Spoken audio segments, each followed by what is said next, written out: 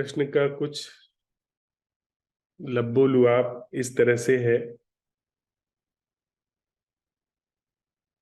कि सवाल मुझसे पूछा गया है कि यदि सब कुछ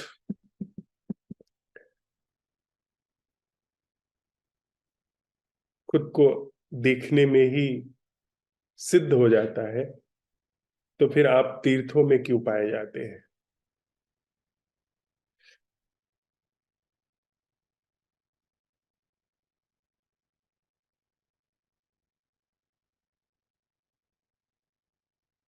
एक छोटी सी कहानी है।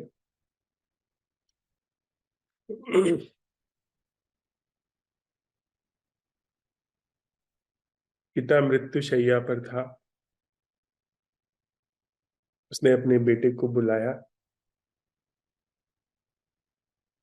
बेटे को अपेक्षा नहीं थी कि पिता अभी साथ छोड़ जाएंगे। वह तो अभी किशोर हो रहा था कि अचानक चलने की बेला आ गई। उसे कुछ दुनियादारी का पता नहीं था।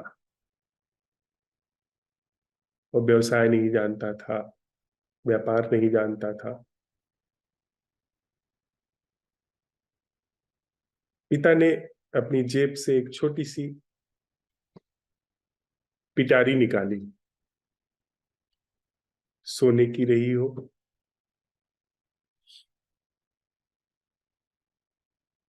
उसे दिया। कहा कि जब तुम्हें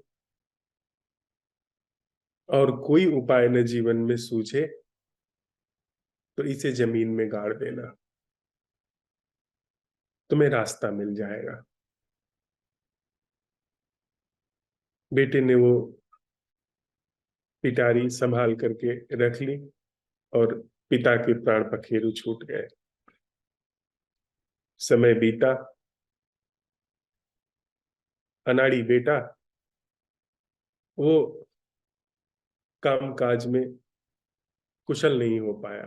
धीरे धीरे दुकान बंद हो गई। जो रही सही जमा पूंजी थी, वो सब समाप्त हो गई, खर्च हो गई। जितने भी इष्ट मित्र थे, सब मुंह मोड़ने लगे। कहाँ कौन साथ देता है? हम सब लोग जिस तरीके से बने हैं,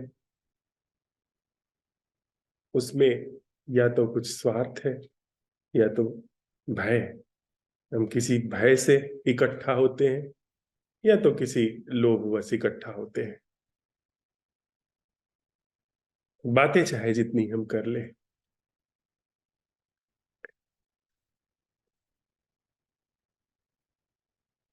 बेटे को और कोई उपाय नहीं सूझा।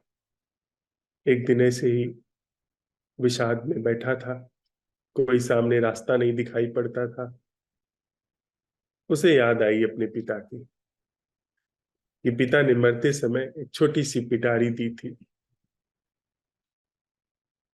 कहा था जब कुछ समझ में न आए तो उसे जमीन में ले जाकर के गाड़ देना।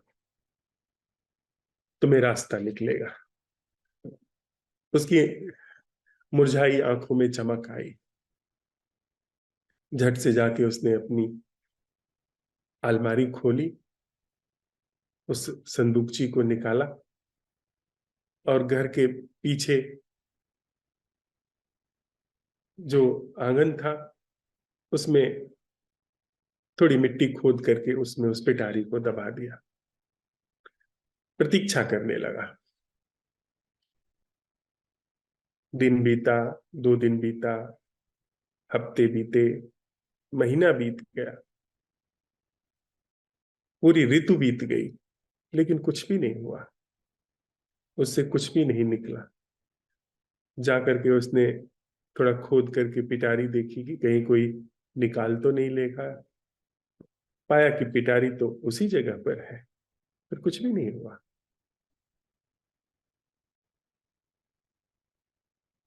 रही सही उम्मीद भी जाती रही। उसने दुखी होकर के अपना जीवन ही समाप्त करने का निश्चय किया। नदी के किनारे पहुंचा। अभी वह उफनाई नदी में छलांग ही लगाने वाला था कि पीछे से किसी ने उसके कंधे पर हाथ रखा। पूछा कि जल्दी क्या है, थोड़ी बात कर लेते हैं, जो करने जा रहे हो पीछे कर लेना। उसे भी बात समझ में आई। उसने कहा कि ठीक है, थोड़ी देर और सही। उस व्यक्ति ने पूछा कि कहो, बात क्या है। उसने अपनी सारी आप बीती बताई। उस व्यक्ति ने कहा कि मैं तुम्हारे पिता को जानता हूं, कुछ न कुछ उपाय तुम्हारे लिए उन्होंने जरूर छोड़ा होगा कि जब कोई काम न आए तो तुम्हारे लिए कुछ न कुछ उन्होंने उपाय बताया होगा। उसने कहा हाँ, एक उपाय बताया था, उन्होंने एक छोटी सी पिटारी दी थी।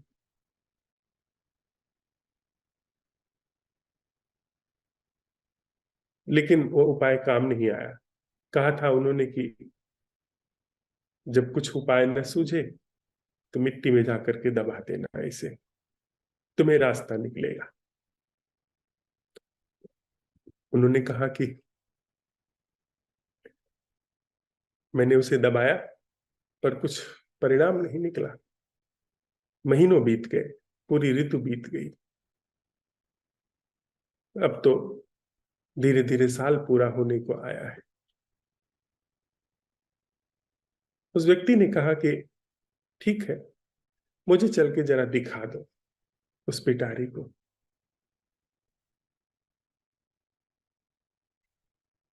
वह युवक लेके गया। उसने खोद करके वो पिटारी निकाली। देखते ही वो व्यक्ति खिलखिला करके हंस पड़ा। उसने कहा कि तुमने पिटारी दबाई है ऐसे ही। उसने कहा हाँ, पिता ने तो यही कहा था। उस व्यक्ति ने पिटारी को खोला। उसमें सरसों के कुछ बीज पड़े थे। उस व्यक्ति ने कहा कि शायद सुनने में कोई चूक हुई है। उन्होंने कहा होगा कि इसे दबा देना। इसे दबाने का मतलब वो पिटारी के अंदर जो है उसे दबाने की बात कह रहे थे। उस युवक को तो कुछ समझ में नहीं आया। उसको पिटारी क्या, पिटारी के अंदर क्या, अनाड़ी युवक था। उसने कहा कि क्या कहते हैं आप। उस व्यक्ति ने कहा कि कुछ दिन प्रतीक्षा करो। उस व्यक्ति ने वे सरसों के बीज उस छोटी सी पिटारी से निकाले और जमीन में बो दिए। ऋतु अनुकूल थी। अंकुर फूट आए। लहलहाती सरसों की फसल तैयार हो गई। फूल तो खिले ही खिले। खुशबू तो मुर्तनगी छाए हुए घर में फैली ही फैली। आंगन में शोभा तो फैली ही फैली। न जाने कितने तितली और भंवरे भी वहां पर मंडराने लगे। थोड़ी मुस्कान आई जीवन में, थोड़ी उदासी टूटी। फिर समय बीता। धीरे धीरे फसल पक गई। जितने बीज बोए गए थे उससे कई गुना ज्यादा बीज निकल करके आए। उस व्यक्ति ने कहा था कि मैं कुछ समय बाद लौटूंगा। उसे अनुमान था कि कब तैयार हो जाएगी फसल। जब फसल पूरी हुई, वह आया। उसने फसल खेत में से उतार करके घर पहुंचवाई। कहा कि थोड़ा और प्रतीक्षा करो, इस बीज को अपने बड़े खेतों में बो। फिर से ऋतु आई। फिर से बीज बोए गए और इस बार मीलों दूर तक सरसों की फसल तैयार थी। उस गांव में सरसों की फसल उसके पहले बोई नहीं गई थी। लोग दूर से लेकर के आते थे। उनको पता नहीं था कैसे बोया जाता है। घर की गरीबी घर का दुख, दरिद्रता सब छट गई। सारी जो व्यथा है, सारी जो कथा है, वह है जो हमारे अंदर चैतन्य का बीज इस मय की खोल में लिपटा हुआ मिला है, इसके जीवन में न बोने का परिणाम है। सारा दुख इसका परिणाम है, सारी चिंता, सारा विषाद, सारा दुर्भाग्य इसका परिणाम है कि हम, वह जो हमारे अंदर चैतन्य का बीज है, उसे बोने की कला नहीं जानते हैं, उसे मिट्टी में उतारने की कला नहीं जानते हैं, उसे ऋतु के अनुकूल प्रस्तुत करने की विधा नहीं जानते हैं, उसे सींचना नहीं जानते हैं, उसकी निराई गुड़ाई नहीं जानते हैं, उसको बाहरी प्रभावों से, बाहरी चोटों से जब वह अंकुर टूटता है, जब वह अंकुर फूट करके निकलता है, तो उसे कैसे सुरक्षित रखना है वह नहीं जानते हैं। इसलिए यह सारी स्थिति हम इंसानों की दुनिया में खड़ी हुई है। निश्चित आप तीर्थ जाएं, लेकिन अगर मैं की खोल में चैतन्य का बीज है, अंकुर नहीं फूटेंगे। तीर्थों में कुछ है, आप किसी व्यक्ति के पास जाते हैं, उस व्यक्ति की जीवन चेतना जिस तरीके से गति करती है, जिस तरीके से जी रही होती है, उसका प्रभाव पड़ता है।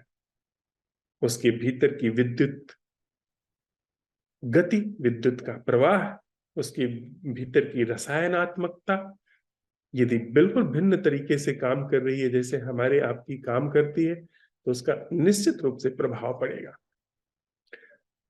जहां पर चैतन्य के गहरे प्रयोग हुए हैं, उन जगहों पर आप जाते हैं जहां पहले खेती हुई है, उस मिट्टी में आप जा करके अपने बीज को लेकर के प्रस्तुत होते हैं।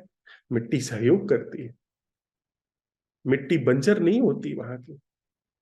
अभी तो आप बाजार में जाते हैं तो बाजार में चैतन्य के लिए तो मिट्टी बंजर है। वह अपवाद है कि कोई व्यक्ति वहां पर भी अंकुरित हो जाता है, वह कला जानता है अंकुरित कराने की, इसलिए उसके लिए स्थान का प्रभाव नहीं पड़ता, स्थान की बाध्यता पीछे छूट जाती है। लेकिन निश्चित रूप से उर्वरा की क्षमता तो है ही मिट्टी में। जहां पर प्रयोग हुए हैं, जहां पर खुद को जानने के लिए प्रश्न उठाए गए हैं, जहां पर अपनी तरफ देखा गया है, वहां की हवा में बात कुछ और हो जाती है, जमीन में बात कुछ और हो जाती है, वहां के आकाश में बात कुछ और हो जाती है। तो निश्चित उसका प्रभाव पड़ता है। लेकिन कब? जब आप इस पिटारी के मोह से टूट जाते हैं, यानी जब यह जो अहम है, इसके पार के जीवन की प्यास जीवन में पैदा हो जाती है। अगर मेरे जीवन में मैं की भूमिका से पार की जो संभावना है उसकी तरफ नजर नहीं उठी है, तीर्थ कुछ नहीं कर पाएगा। तीर्थ क्या देगा? आप जाएंगे मंदिर में, इसी मैं के लिए कुछ मांग करके चले आएंगे ना, कि मैं फला हो जाऊं, मैं ढिका हो जाऊं, मैं बुद्ध हो जाऊं, मैं मुझे मुक्ति मिल जाए, यही सब तो मांग करके आ जाएंगे। और तीर्थ इसी मैं के इर्द गिर्द जो मैं से बिलोंग करती हैं चीजें, उन्हीं को शायद सपोर्ट कर दे। और उनको सपोर्ट करना दुख है। शायद तीर्थ में या ऐसे ऐसे सत्संग के माहौल में होना भी छटपटा जाता होगा कि क्या किया जाए यदि कोई बीज। और यहाँ तो जो ये गाथा है, इसमें बीज को बाहर निकालने के लिए बाध्यता है किसी के ऊपर कि वह पिटारी से बाहर निकालेगा। हमारे लिए तो हम ही बाध्य बने हुए हैं, हम ही खोल बने हुए हैं, हम ही वो चीज बने हुए हैं जिससे कि चैतन्य का बीज अंकुरित नहीं हो पाता, चैतन्य का फूल खिल ही नहीं पाता। हाँ, जरा कभी किसी सत्संग की झलक आए, कभी हमारे भीतर या बोध की किरण प्रवेश करे, ये नहीं, मैं के पार जीवन है। जो बीज की असल संभावना है वो चंदन की पिटारी में, सोने की पिटारी में होने के लिए नहीं है। बीज की जो गति है, बीज की जो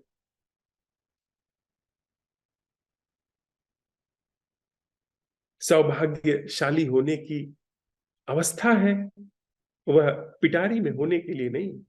हमको आपको जो ये सिखाया गया कि अगर आप एक विशेष तरीके से समाज में स्थापित हो जाते हैं, संस्थाओं में स्थापित हो जाते हैं, तो आप बिल्कुल सफल है, समृद्ध है। ये कुछ मैं के खोल में, मैं के घेरे में स्थापित हो जाते हैं, कुछ हो जाते हैं, कुछ बन जाते हैं, तो ये बीज के ऊपर मखमल की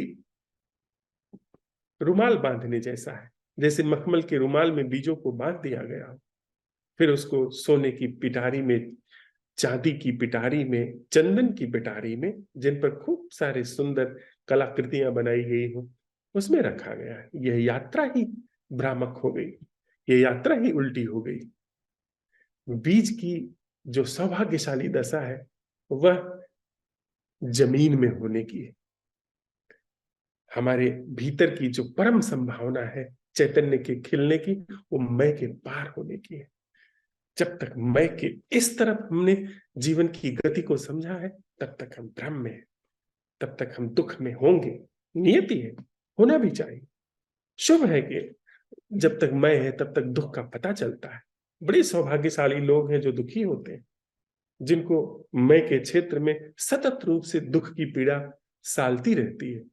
उनको कभी खबर तो आएगी कि क्या इसके पार भी जाया जा सकता है। वे लोग बड़े दुर्भाग्यशाली हो जाते हैं जो मैं के साथ, इस पूरी खोल के साथ ही जीवन को जीवन मान बैठते हैं, समझ बैठते हैं। वो जो बीज मखमल की खोल में रहने के लिए राजी हो गया, उसके दुर्भाग्य की तो कौन कहे। वो कब जान पाएगा कि वह खुली हवा में लहलहाएगा, उसके ऊपर तितलियां, भौरे, पंछी आकर के गुनगुनाएंगे, गीत गाएंगे, उसमें सुवास उड़ेगी, वह झूमेगा, उसके अंदर अंकुर, उसके अंदर जो एक बीज से निकला है, हजार हजार बीज निकल करके आ जाएंगे। आकाश में उसका चुंबन फैलेगा। ये संभावना उस मखमल की खोल में थोड़ी है। मखमल की खोल होना, सोने चांदी की पिटारी होना, ये बीज के लिए नहीं है। ये बीज के जीवन की व्याख्या नहीं है। हमारे आप के लिए यह जो मान सम्मान, यह जो लौकिक उपलब्धियां, ये सब हमको शोभा नहीं देती है। हमारे लिए तो चैतन्य का खिलना शोभा देता है। जैसे बीज के लिए लहलहाना शोभा देता है, ऐसे हमारे लिए प्रेम पूर्ण हो जाना शोभा देता है। हमारे लिए प्रेम पूर्ण होना हमारे जीवन की शुभता है, जीवन की सम्यक क्षेत्र में गति है। अन्यथा तो हम छले जाते हैं, हम ठग लिए जाते हैं। न जाने एक ऐसा कौन सा नशा है पूरे मनुष्य चेतना में कि जानने से पहले ही, हमको जागने से पहले ही, जब तक कि हम थोड़ा जान पाए, हम उस नशे में लौट जाते हैं और ये सब कुछ हमारा जीवन छीन लेता है। हाँ, वह जब उस पार की प्यास उठ जाए, फिर जब आप तीर्थ जाते हैं, फिर जब आप सत्संग करते हैं, तो फिर गति होती है। फिर तीर्थ का शुभ प्रभाव आपके ऊपर आ सकता है, फिर सत्संग का शुभ प्रभाव आपके ऊपर, सम्यक प्रभाव आपके ऊपर आ सकता है। मजे की बात है कि अगर आपने पार का सवाल उठा लिया तो जरूरत नहीं रह जाती, जीवन अपने आप लेकर के चला जाता है। यानी तीर्थों की जो उपयोगिता है वह तब सिद्ध होती है जब उसकी जरूरत नहीं रह जाती। वह बात अलग है कि जीवन की अपनी गति है, वह अपने जैसी ऊर्जा, अपने जैसा ढंग मिला लेता है, वह ऐसी जगहों पर आपको पहुंचा देगा, अब ऐसी स्थितियों में आपको डाल देगा जिसमें आपकी उन्नति हो, जिसमें आपकी गति हो। और इसके साथ साथ एक बात और आती है कि जरूरी नहीं कि आप जिन्हें अनुकूल समझते हैं वही आपके जीवन में घटे। कभी कभी प्रतिकूल परिस्थितियां भी घट सकती है, क्योंकि हम आप जिन्हें अनुकूल समझते हैं वो अनुकूल नहीं है। हम आप तो अपने इर्द गिर्द जो काम करता है, अपने लिए जो चीजें काम करती हैं उन्हें अनुकूल समझते हैं, लेकिन सत्य के लिए क्या अनुकूल है वो हमारे लिए प्रतिकूल हो सकता है। बहुत गहरी एक बात है कि जब व्यक्ति सत्य के निकट पहुंचने लगता है, खोना शुरू कर देता है, उससे जीवन में चीजें छूटनी शुरू हो जाती हैं। सहज ही हो पाएगा कि संबंध पूरे हो गए, सहज ही वो पाएगा कि जो कल तक मित्र था वो आज पलट करके देखना भी नहीं चाहता, सहज ही पाएगा कि पकड़ चली गई, धन संपदा से, रिश्ते नातों से खोना शुरू कर देता है। प्रथम संदर्भ में कि मैं के संदर्भ में तो हम बिल्कुल सब चीजों को पुख्ता बना करके रखते हैं, ये हर एक व्यक्ति को खुश रखते हैं, मिला करके रखते हैं कि कब किससे काम पड़ जाए, वो एक ढांचा है। लेकिन एक ऐसी स्थिति जब आपकी पकड़ छूट गई, रिश्ते ऐसे फिसलने शुरू हो सकते हैं जैसे कि हाथ से सूखी रेत, अपने आप झर जाती है सूखी रेत। वो हाथ में तब तक रहती है जब तक कि रेत गीली। आप जाए समुद्र के तट पर, नदी के तट पर, गीली रेत को अपने पंजे में भर ले, मुट्ठी में भर ले और चलते जाए। जैसे जैसे जब तक गीली रेत रहेगी तब तक आपकी मुट्ठी में बिल्कुल बनी रहेगी, लेकिन जैसे जैसे रेत सूखेगी वो आपकी मुट्ठी से गिरनी शुरू हो जाएगी। आप रेत को पकड़ नहीं सकते। जैसे जैसे भीतर जागरण का दीप, जागरण की ज्वाला दैदीप्यमान होनी शुरू होगी, वैसे वैसे जितने भी बनावटी रिश्ते हैं, बनावटी जीवन का ढंग है, विसर्जित होता चला जाएगा। तो जहां तक यह प्रश्न कहता है मेरे संदर्भ में, मैंने कोई चुनाव नहीं किया है, कहाँ रहूंगा, कहाँ जाऊंगा, बहुत औपचारिक तरह से ये बातें आती है कि कोई स्थिति खड़ी हुई तो वहां जाने के लिए टिकट खरीद लेता हूँ, चला जाता हूँ। अन्यथा मैंने निर्णय नहीं किया है कि कहाँ रहूंगा, अपने से जीवन जहां लेके चला जाता है चला जाता हूँ। मैं तीर्थ भी नहीं चुनता हूँ, मैंने धर्मशाला नहीं चुनी थी रहने के लिए, और नहीं मैंने तिरुवन्नामलाई चुना है। ये जीवन है जो लेके आगे बढ़ रहा है।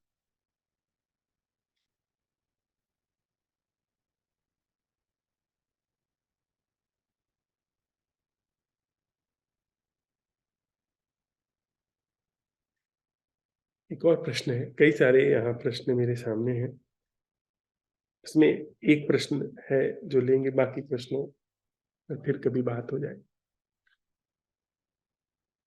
प्रश्न पूछने का कुल निचोड़ है कि क्या प्रेम से नहीं हो सकता? बिल्कुल हो सकता है, और सबसे सरल तरीके से हो सकता है। लेकिन क्या प्रेम को हम आप अवसर दे पाएंगे?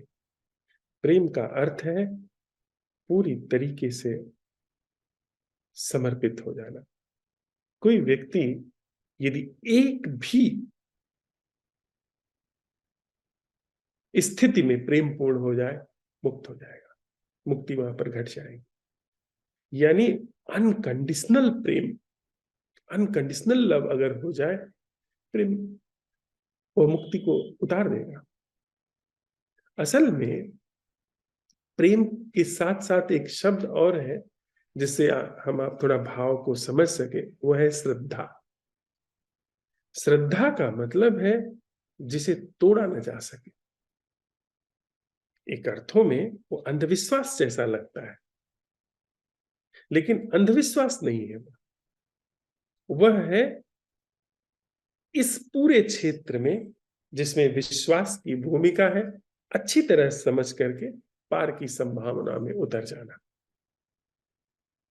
यह देख लेना कि मैं लिमिटेड हूं, मैं सीमित हूं, मैं जो भी करूंगा वह ओछा होगा।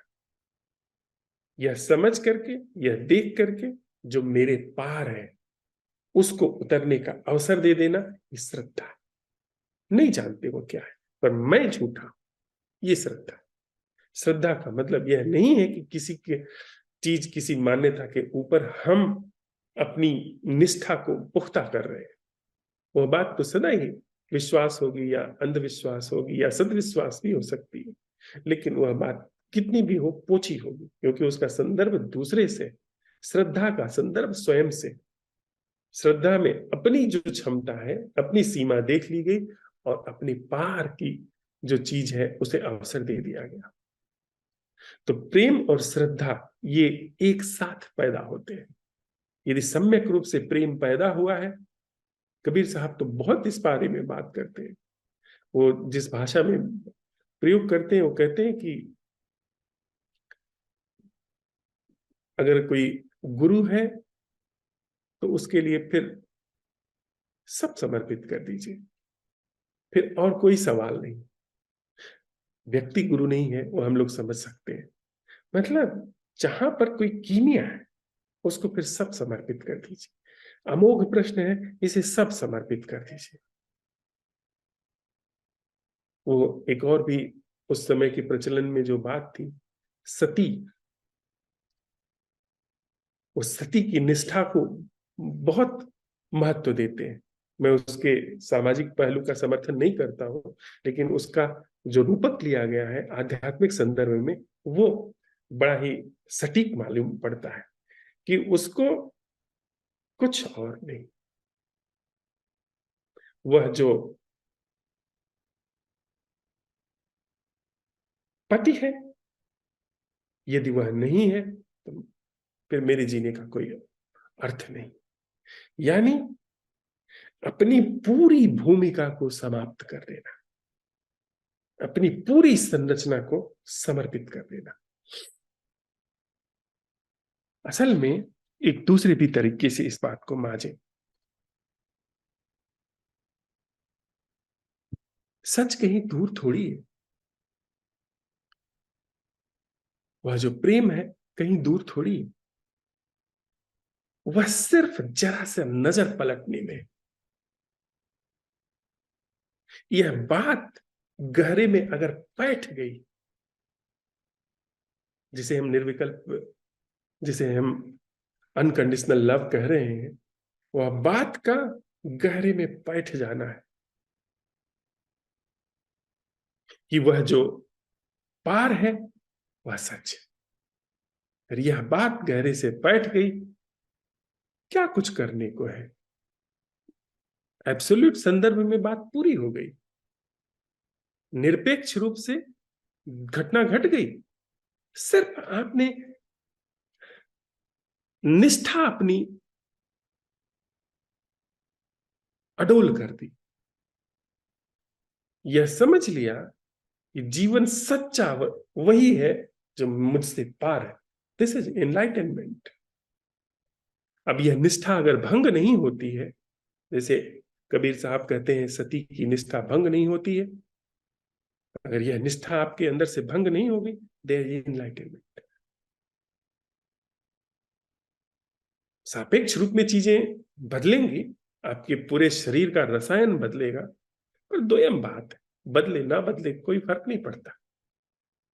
समझ लिया गया कि ये सारी चीजें जो घट रही हैं वो रिलेटिव सेंस में है। मुझे प्रोग्राम किया गया है, मैं इस तरीके से संस्कारित हूं कि मुझे दुख का अनुभव होता है, मैं इस तरीके से संस्कारित हूं कि मुझे सुख का अनुभव होता है। यह बात समझ ली गई, भूमिका समाप्त। अपनी निष्ठा जो अभी मैं में है, वह निष्ठा मैं के पार में स्थापित हो गई, पुख्ता हो गई। वह निष्ठा फिर अडोल है। फिर यह बात समाप्त हो गई। आपके मन पर प्रभाव पड़ेगा ऐसी निष्ठा में। अभी एक निष्ठा हमने अपने ऊपर रखी है, तो मन एक इस तरीके से काम करता है। निष्ठा मन के पार में चली गई तो दूसरी तरीके से मन काम करना शुरू करेगा, पर वो चीज डिवाइस के एक्शंस है, वो मन का एक्शंस है। आपको बहुत सारी चीजें नई दिखाई कर पड़ सकती हैं, जीवन के नए नए आयाम उघड़ करके आ सकते हैं। जीवन न जाने कितना पुष्पित पल्लवित हो सकता है, लेकिन वह सारी चीजें रिलेटिव सेंस में है। एब्सोल्यूट सेंस में वह निष्ठा, तो कोई तत्क्षण यदि वह सिर्फ समझ लेता है कि सच जो है वो एब्सोल्यूट है, वो रिलेटिव नहीं, देयर इज इनलाइटनमेंट। इनलाइटनमेंट कोई मिस्ट्री नहीं है। इनलाइटनमेंट, आज ही कोई मुझसे पूछ रहा था कि what do you say about enlightenment. मैंने उनसे कहा कि यह एक मजाक है, यह सयाने लोगों द्वारा की गई मजाक है कि इनलाइटनमेंट जैसी कोई चीज होती है। इनलाइटनमेंट जैसी कोई चीज नहीं होती है। इनलाइटनमेंट, जब आप शब्द इस्तेमाल करते हैं, बुद्धत्व शब्द का इस्तेमाल करते हैं, तो आप किसी अनुभव के सेंस में, किसी घटना के सेंस में इस्तेमाल करते हैं कि कुछ ऐसी घटना होगी, कहीं वृक्ष के नीचे बैठेंगे। बहुत सारे नासमझ जाकर के वृक्षों के नीचे बैठते हैं कि आज तो बुद्धत्व की प्राप्ति हो जाएगी। बोधि वृक्ष गया में जाकर के बैठते हैं। मैंने जबलपुर में कुछ लोगों को देखा कि वो जाकर के मौलसरी के पेड़ के नीचे बैठते हैं। वो सब बचकानी बातें हैं। कोई भी अनुभव, कोई भी घटना द्वयम है। प्रथम बात है, समझ मात्र की असल जो है वो एब्सोल्यूट है, वह रिलेटिव नहीं है, वो सापेक्ष नहीं है। जो सत्य है वो निरपेक्ष है। इस बात की प्रतिभिज्ञा, इस बात की समझ यदि गहरे में अडोल उतर गई, बात समाप्त हो गई। चीजें घटे न घटे, मैं ये नहीं कह रहा हूं कि कुछ वृक्ष के नीचे बैठने पे घटेगा नहीं, हो सकता है घट जाए, हो सकता है न भी घटे, पर वो इनलाइटनमेंट नहीं है। इनलाइटनमेंट जो है वो बस इस बात की समझ हो जाना कि जीवन निरपेक्ष, और निरपेक्ष कभी बोध में नहीं आ सकता, वह द्वैत में नहीं आ सकता। जीवन अद्वैत है, उसमें दो है ही नहीं, तो बोध क्या होगा। और वो सदा उपलब्ध है। वह जो बोध में नहीं आता, जिस पर सारे बोध हैं, वो जो दिखाई नहीं पड़ता, जिससे सारे दर्शन है, वह जो सुनाई नहीं पड़ता, जिससे सारे श्रवण है, वो जो चखने में नहीं आता, जिससे सारे स्वाद हैं, उसकी तरफ स्पष्ट रूप से प्रतिभिज्ञा का हो जाना इनलाइटनमेंट, संबोधि। फिर आप जीवन में जो कुछ भी होता है उस पर क्या गर्व करेंगे, या जो कुछ नहीं होता है उस पर क्या विषाद करेंगे। क्या लाभ, क्या हानि, क्या हर्ष, क्या विषाद, सारी बातें बराबर हो। क्या खिलना, क्या झरना, सब बराबर हो गया। क्योंकि यह सारा जो फिर कुछ घट रहा है, फिर वह खेल है, वह लीला है। अभी तक वह मय के कारण एक दुख का अध्याय था, दुख का अध्याय गिरा, अब जीवन की लीला। यह लीला अपने से संदर्भित हो रहे, यह अपने से घटती रहे, उसका अपना ढंग है। और जो एब्सोल्यूट है सदा व्यापक, सदा वहां उपस्थित है। अगर कोई प्रेम में भी है किसी के, सिर्फ प्रेम में ऐसी निष्ठा जो अडोल है, तो भी वहां पर सत्य घट सकता है। क्योंकि सत्य तो यही बात है ना, कि ऐसी निष्ठा का हो जाना जो अडोल है, जहां पर अपनी बुद्धि का, अपने होने का विसर्जन हो जाना, समर्पण हो जाना, जहां प्रारंभ होता है वहां दूसरी स्थिति तो सदा उपलब्ध है। सत्य कहीं खोया थोड़ी है। जो परम हमारा होना है, जो हमारा निज स्वभाव है, हमारा नहीं, जीवन का जो निज स्वभाव है, वो कहाँ खोया है। सिर्फ वह हमारे बोध में नहीं आता, क्योंकि बोध सेकेंड हैंड बात है। वो हमारे दिखने में नहीं आता, क्योंकि दिखाई पड़ना सेकेंड हैंड बात है। वो दो से बनता है दिखाई पड़ना। इसीलिए हम लोग सीधे जो अमोघ प्रश्नों पर प्रयोग करते हैं, वे प्रश्न हमारे इस द्वैत बुद्धि को सिर्फ पोंछते हैं, द्वैत बुद्धि को सिर्फ सरका देते हैं, और अद्वैत वहां पाया जाता है। वो जो बस नाम देने की बात है अद्वैत, पर वो अद्वैत भी नहीं। वो द्वैत से बस आकलन कर लिया गया कि इधर दो है तो उधर दो नहीं होगा।